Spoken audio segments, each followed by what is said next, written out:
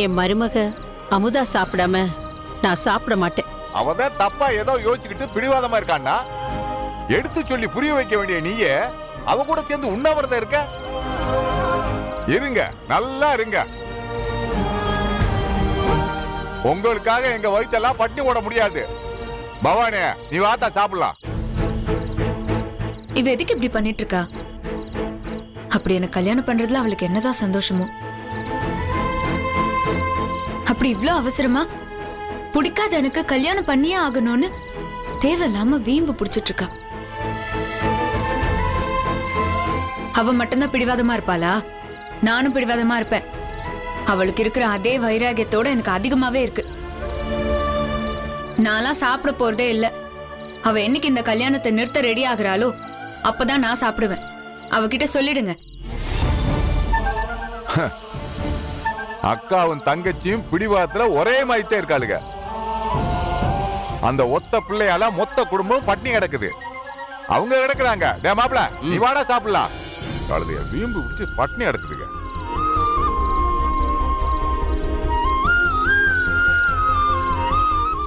பசி குடல புடுங்குது. போடு. டேய், எனக்கு போடச்சுன்னா உனக்கு போட்டுக்கிட்டு இருக்க. மாப்பிள, உன்னையத்தான் கேட்டுக்கிட்டு இருக்கேன். டேய், ஐயோ, இது எனக்கு இல்ல, அமுதாக்கு. போ போடா போ. முதல்ல அவளை சாப்பிட வச்சு சமாதானப்படுத்து. அப்பதான் எல்லாம் சரியாகும். நம்ம போட்டு சாப்பிடலாம்.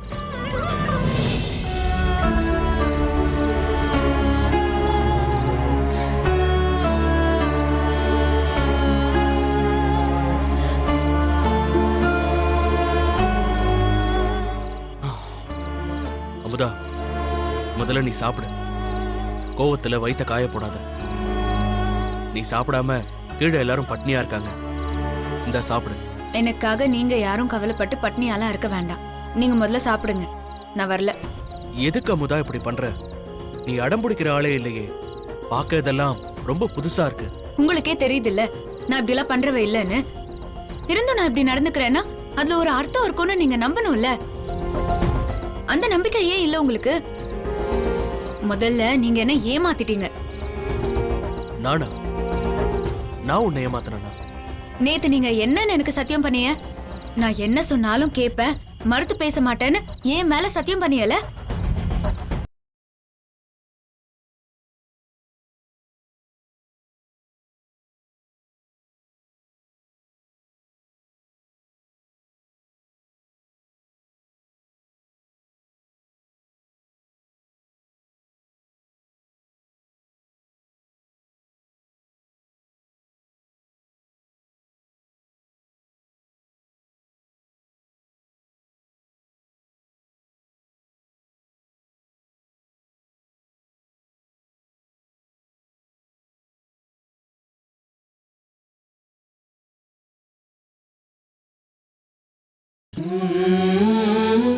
உன் இடத்துல இன்னொருத்தைய நான் எப்படி வச்சு பார்க்க முடியும்? இந்த ஜென்மத்துல எனக்கு நீ மட்டும்தான் பொண்டாட்டி. உன்னை தவிர வேற ஒருத்தைய கட்டிக்க இல்ல, நினைச்சு கூட பார்க்க முடியாது. அந்த துரோகத்தை நான் என் காதலுக்கு பண்ண மாட்டேன். இது எப்படிங்க துரோகமாகும்? நீங்க ஒண்ணு என்ன ஏமாத்தல. நான் தான் ஏன் தங்கச்சிக்காக ஏன் வாழ்க்கைய பங்கு கொடுக்கறேன். இதுல எனக்கே முழு திருப்தி இருக்கிறப்போ அது எப்படிங்க துரோகமாகும்? அவ்வளவு என்ன மாதிரி தானே இருக்கா? உருவம் ஒரே மாதிரி இருக்குங்கிறதுக்காக உள்ளமும் எப்படி ஒரே மாதிரி இருக்கும்? உன் தங்கச்சிக்காக நீ ஒன்ன மட்டும் விட்டு கொடுக்கல, என் காதலையும் நான் உன் மேல வச்சிருக்கிற அன்பையும் உசுரையும் விட்டு கொடுக்கறேன். இது இது எந்த வகையில நியாயம் சொல்லு? இம்புட்டு நாள் நான் பிரிஞ்சிருந்தேன் என் தங்கச்சிய. இனியும் என்னால பிரிஞ்சிருக்க முடியாதுங்க. அதுக்காக இந்த முடிவு எடுத்ததுல எந்த தப்புமே இல்லைங்க.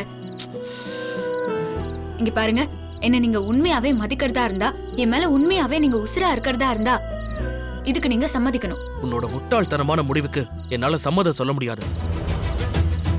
நீ ஒன்னும் என் காதல மதிப்பிட வேண்டாம். அடம் பிடிக்காம சாப்பிடு. அப்படியா?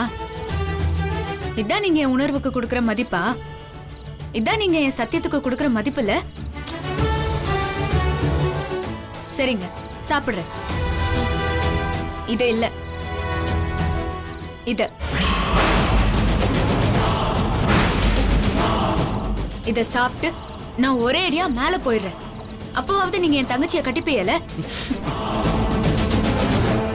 இப்போ நீங்க இதை தட்டி விட்டா என் முடிவை மாத்திப்பேன் நினைச்சிட்டியலா? எல்லா நேரமும் நீங்க எனக்கு காவல் இருக்க முடியாது. எனக்கு சத்தியம் பண்ண மாதிரி நீங்க நடந்துக்கலன்னா நான் சாக போறது உறுதிதான். உங்களை மிரட்டுன்னு மட்டும் நினைக்காதீங்க. எனக்கு இதை தவிர வேற வழி எதுவும் தெரியல. ஏன் அமுதா என்ன உசுரோட கொல்ற? உனக்கு என்ன ஆச்சு? எனக்கு ஏதோ ஆயிடுச்சுன்னு நினைச்சுக்கோங்களேன். எனக்கு ஏதோ குறை இருக்குன்னு நினைச்சுக்கோங்க. இல்ல நான் சீக்கிரம் செத்துருவேன்னு நினைச்சுக்கோங்க. சும்மா என் தங்கச்சியை மட்டும் ஏத்துக்கோங்களேன். இல்ல இந்த மாத்திரையை நான் சாப்பிட்டு செத்துருவேன்.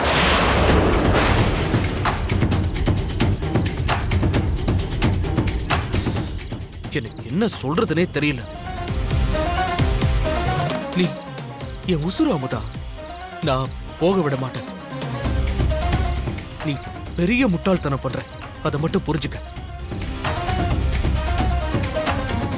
உன் உசுருக்காக, உன் மேல வச்சிருக்கிற காதலுக்காக உன் முடிவுக்கு நான் சம்மதிக்கிறேன். என்னைய மறுபடியும் ஏமாத்த மாட்டியல்ல? நம்பலாம்ல? நம்ம மேல, நம்ம காதல் மேல சத்தியமா நான் பவானியை கட்டிக்க சம்மதிக்கிறேன்.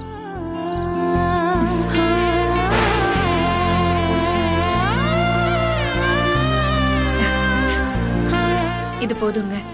இந்த ஒரு வார்த்தை போதும். இப்பதான் என் மனசே குளிர்ந்திருக்கு. இனிமே இந்த வீட்ல இருந்தா நம்மளே கன்வின்ஸ் பண்ணிடுவா. இனிமே இங்க இருக்க கூடாது.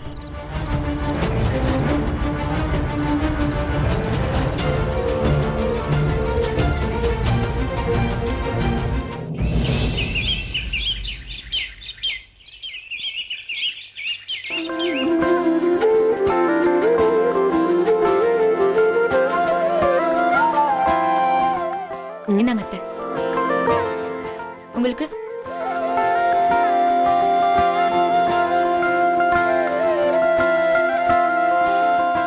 இதை எடுத்துக்கோங்க.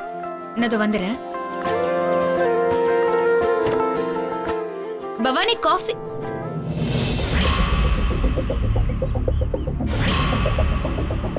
எங்க போனா? பவானி, பவானி.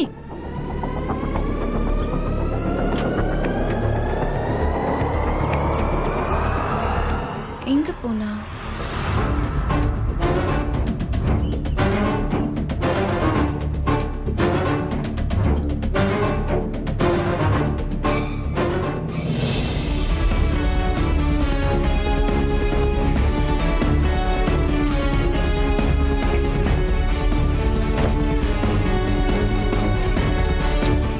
எங்க போனா? பவானி,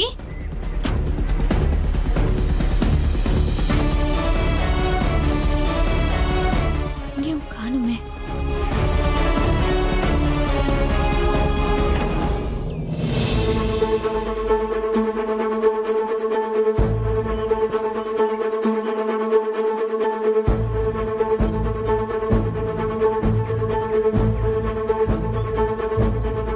எங்க போயிருப்பான்னு தெரியலையே.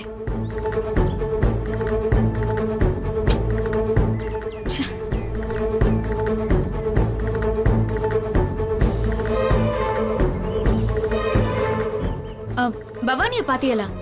இல்லையே, நான் இப்பதான் மேல இருந்து வரேன். ஏன் என்னாச்சு? அவ ரூம்ல இல்லையா? இல்லங்க, வீடு ஃபுல்லா தேடி பார்த்துட்டேன். அவ எங்கேயுமே இல்ல.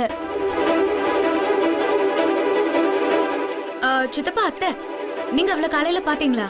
இல்லையம்மா, காலையில எந்திரிச்சு கடைக்கு போய் பால் பாக்கெட் வாங்கிட்டு உன்கிட்ட கொடுத்துட்டு நான் இங்கேயே தான் உட்காந்துருக்கேன்.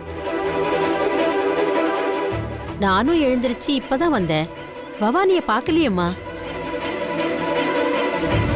எனக்கு ரொம்ப பயமா இருக்கு. அவ எங்க போயிருக்கானே இப்ப தெரியலையே.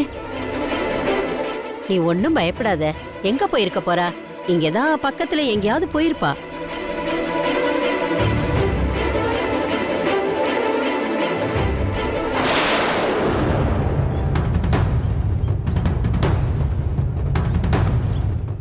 எங்க போறாவ?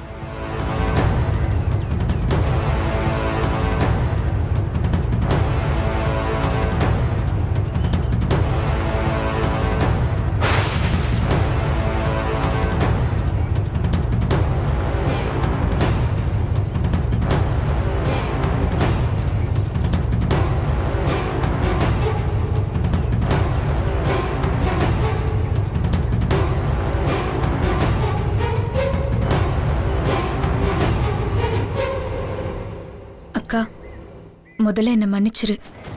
இத்தனை வருஷம் கழிச்சு நான் உன்னை பார்க்க வந்ததே எல்லா சொந்தத்தையும் இழந்தனா உன் கூட ஒன்னா சந்தோஷமா இருக்கணும்னு தான். உன் சந்தோஷத்தை பறிக்க இல்ல.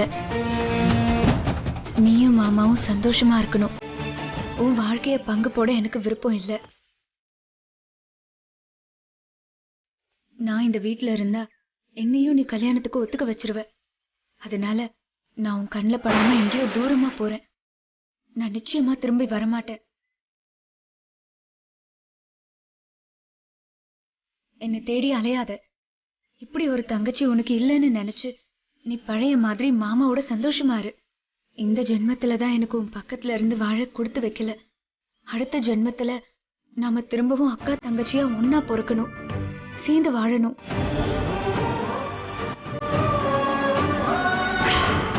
அத்தை, சித்தப்பா, மாம்ஸ் எல்லாருக்கும் பாய்.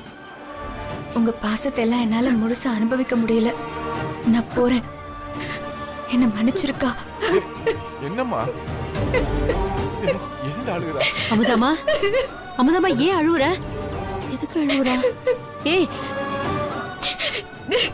அமுதா, அமுதா கண்ணு, நம்ம கூட அமைதியா இருந்த பிள்ளை இப்படி அவசரப்பட்டு உன் புருஷனுக்கு கட்டி வைக்க முடிவெடுத்து இப்ப அந்த பிள்ளைய வீட்டை விட்டு ஓட வச்சிட்டியம்மா. பாவம் அந்த பிள்ளை இப்ப இந்நேரம் எங்க போய் எங்க கஷ்டப்படுதோ. ஏன் சம்மதத்தை வாங்கிட்டேன், இப்போ அவ ஓடி போயிட்டா. என்ன பண்ண போற? உன் பிடிவாத அவளை என்ன பண்ண போதோ தெரியல. இப்ப அழுது என்ன பிரயோஜனம்? இப்ப எதுக்கு ஆள் ஆளுக்கு அவளை கோச்சுக்கிறீங்க? அவ எல்லாத்தையுமே ஒரு நல்லதுக்கு தான் பண்றா. ஆமா, அவ என்ன பண்ணாலும் கண்ணை மூடிட்டு ஜாடா தட்டு. அமுதா கண்ணு, நீ பயப்படாத. அவ கண்டிப்பா உன்னை விட்டு போக மாட்டா. சின்ன புள்ள ஏதோ கோவத்துல உன்னை பயமுறுத்த இப்படி எழுதி வச்சுட்டு போயிருப்பா. கண்டிப்பா இங்க பக்கத்துல எங்கேயாவது தான் இருப்பா. போய் சமாதானம் பண்ணி அவளை கூட்டிட்டு வா. போ போ.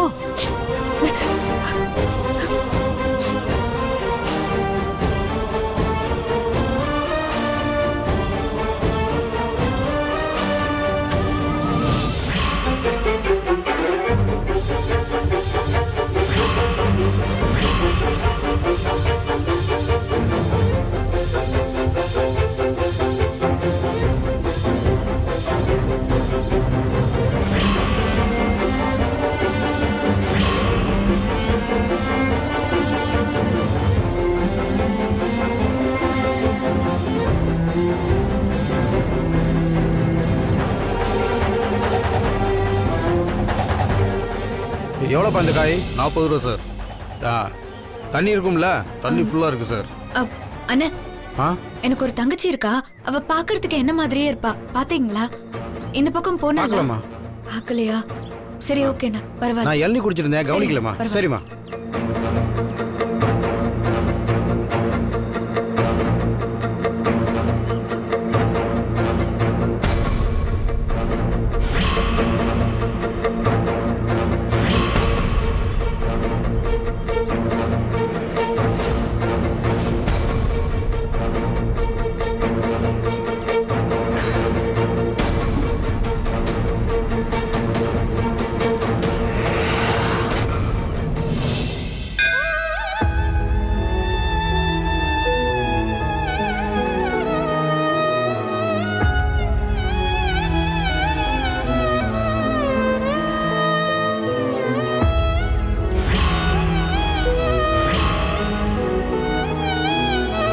ஒரு முடிவை சொன்ன நீயே அதை முடிச்சு வைக்கலாமா? இப்படி முட்டு கட்டு போட்டா எப்படி? எல்லாரும் நான் ஏதோ முட்டாள்தனமா முடிவு எடுத்திருக்கேன்னு சொல்றாங்க. ஆனா இந்த முடிச்ச நான் ஏன் போடணும்னு நினைக்கிறேன்னு மத்தவங்களுக்கு வேணா தெரியாம இருக்கலாம். ஆனா உனக்கு நல்லா தெரியும் தானே? அவ உசிர காப்பாத்த ஏன் வாழ்க்கையில பங்கு கொடுக்கணும்னு நினைச்சதுல என்ன தப்பு இருக்கு? மொத்த சொந்தத்தையும் இழந்துட்டு அனாதையா இருக்கிறவளுக்கு ஒரு புது பந்தம் கிடைக்கணும்னு நினைக்கிறதுல என்ன தப்பு? அவ மனச மாத்தி நீதான் அவளை என்கிட்ட கொண்டு வந்து சேர்க்கணும். அவ அக்கா மேல இருக்கிற பாசத்துல ஏன் வாழ்க்கை எதுவும் ஆயிடக்கூடாதுன்னு அவ யோசிச்சுட்டு இருக்கா. அதே பாசம் தானே எனக்கும் இருக்கும். அவ உசுருக்கு எந்த ஆபத்தும் வந்துடக்கூடாதுன்னு தான் நான் இந்த கல்யாணத்தை நடத்த இவ்ளோ பிடிவாதமா இருக்கேன். நான் நினைச்சிருந்தா யாரையாவது ஏமாத்தி இவளுக்கு கல்யாணம் பண்ணி வச்சிருக்கலாம். அடுத்தவகளை ஏமாத்த மனசு இல்லாம தானே என்ன நானே ஏமாத்திக்கிட்டு இருக்கேன். இதெல்லாம் புரிஞ்சு நீயே இப்படி மௌனமா இருந்தா எப்படி? அவ மனச மாத்தி எப்படியாவது அவளை என்கிட்ட கூட்டிட்டு வா. என்ன தேடி வந்த என் தங்கச்சியோட வாழ்க்கைய நான் எப்படியாவது சந்தோஷமாக்கணும். அவ உசுரை எப்படியாவது நான் காப்பாத்தணும். அவ எங்க இருக்கான்னு தயவு செஞ்சு என் கண்ணுல காட்டு.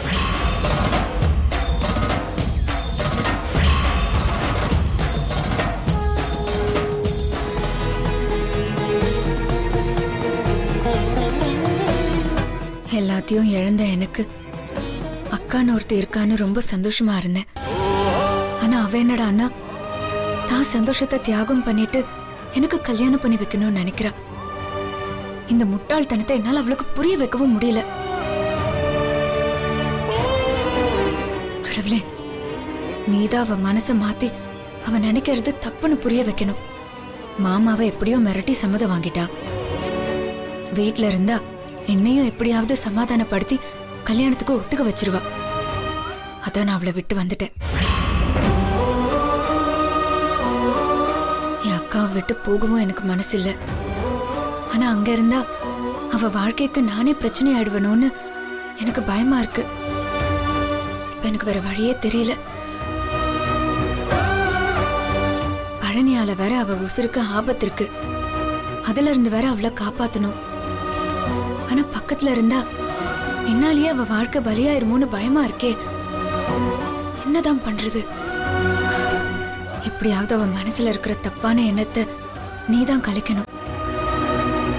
திரும்ப நான் அவ பக்கத்திலேயே இருக்கிற மாதிரி ஏதாவது பண்ணு.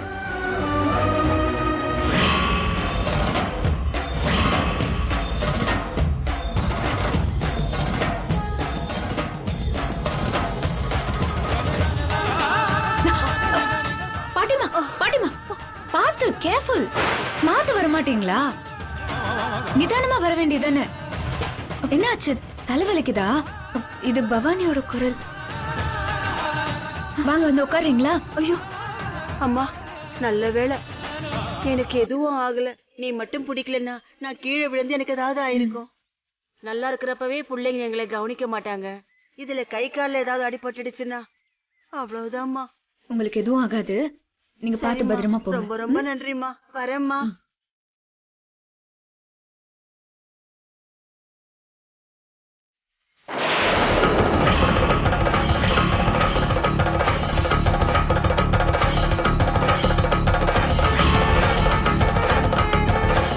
இங்க பாரு, ஏன் இப்படி பண்ண? நான் ஏன் இப்படி பண்ணேன்னு உனக்கு தெரியாதா? நான் என்ன உன்னை அப்படியே பாலங்கிணத்துலயே தள்ளி விடணும்னு பாக்குறேன். நல்ல வாழ்க்கை அமைச்சு கொடுக்கணும் தானே நினைக்கிறேன். அப்படி தள்ளி இருந்தா கூட நான் ஹாப்பியா தான் இருந்திருப்பேன். நீ தேவையில்லாம உன் வாழ்க்கைய கெடுக்கணும்னு சொல்லிட்டு இருக்க. இங்க பாரு, அக்கா காரணம் இல்லாம எதையோ சொல்ல மாட்டேன்னு முதல்ல புரிஞ்சுக்கோ. என் கூட வா. நீ என்ன காரணம் சொன்னாலும் நான் ஏத்துக்க முடியாது. நான்லாம் வர முடியாது. நீ போ. சொல்றத புரிஞ்சுக்கோ பவானி. நான் ஒன்னும் என் வாழ்க்கைய பிரிச்சு கொடுக்கல. சந்தோஷத்தை பங்கு போட்டுக்கலாம் தான் நான் சொல்றேன். இங்க பாரு, இவ்ளோ நாள் பிரிஞ்சிருந்தோம்ல, இனிமேலாவது நம்ம ஒன்னா சந்தோஷமா இருக்கலாம் தானே நான் சொல்றேன். நானும் அதத்தான் சொல்றேன். எனக்கு இப்போ மேரேஜ் வேண்டாம். நான் கடைசி வரைக்கும் உன் கூடவே இருந்துடுறேன். எனக்கு அது போதும். இத பாரு, ஒரு பொண்ணுக்கு வாழ்க்கையில கல்யாணம்ங்கிறது ரொம்ப அவசியம். அதுவும் உனக்கு அது ரொம்ப ரொம்ப அவசியம். ஏய், நான் உன் நல்லதுக்கு தானடி சொல்றேன். சரி, இப்ப நான் மேரேஜ் பண்ணிக்கணும் அதானே? அப்போ வேற யாருக்காவது கட்டி வை. மேபி அவ பிளைண்டா இருக்கலாம், இல்ல ஹேண்டிகேப்டா இருக்கலாம். ஐ அம் டோட்டலி ஓகே. நான் கல்யாணம் பண்ணிக்கிறேன். சம்மதிச்சிட்டேன்ல. போ, மாப்பிள்ளை யாரா இருந்தாலும் பரவாயில்ல, பார்த்து சொல்லு. ஏய், நீ நல்லா இருக்கணும், உனக்கு என்ன மாதிரியே ஒரு நல்ல குடும்பம் அமையணும்னு தானே நான் இவ்ளோ கஷ்டப்பட்டுட்டு இருக்கேன். அதனாலதான் என் குடும்பத்தையே உனக்கு தரலான்னு நான் முடிவு எடுத்திருக்கேன். என்ன சந்தோஷப்படுத்துறதுக்கு நீ உன் லைஃப குடுக்குற. எனக்கு அது வேண்டாம். இங்க பாரு, ஒரு விளக்கு எரியணும்னா ஒரு தீக்குச்சி எரிஞ்சுதான் ஆகணும். தீக்குச்சி எரியுதேன்னு அனுதாபப்பட்டா அப்புறம் கடைசியில இருட்டுல தான் இருக்கணும். இத பாரு, உன்னை எரிச்சிட்டு அதுல நான் வாழணும்னா அது எனக்கு வேண்டாம். உனக்கு ஒரு அம்மா இருந்திருந்தா அவங்க பேச்ச நீ கேட்டிருப்ப. நான் யாரு? அக்கா தானே. நீ என்ன அம்மான்னு நினைக்கிறேன்னு சொல்றதெல்லாம் பொய் தானே. என்னக்கா பேசுற? உன்னை அம்மாவா நினைக்கிறதுனாலதான் நீ நல்லா இருக்கணும்னு சொல்றேன். உன் வாழ்க்கையவே நீ ஷேர் பண்ணணும்னு நினைச்சிட்டு இருக்க. உன் வாழ்க்கையில ஏற்கனவே ஒருத்தர் பங்கு எடுத்திருக்காரு. கொஞ்சமாவது அதை யோசிச்சியா நீ? உன்னோட விருப்பத்தை அவரோட விருப்பமா மாத்த நீ ஃபோர்ஸ் பண்ணிட்டு இருக்க. இதெல்லாம் என்னக்கா நியாயம்? அவங்கதான் கல்யாணத்துக்கு சம்மதம்னு சொல்லிட்டாங்களே, நீ தான் அவரை ஃபோர்ஸ் பண்ணி சம்மதிக்க வச்சிருக்க. அதே மாதிரி இப்ப என்னையும் சம்மதிக்க வைக்கலாம்னு நினைக்கிற. அதெல்லாம் நடக்காது.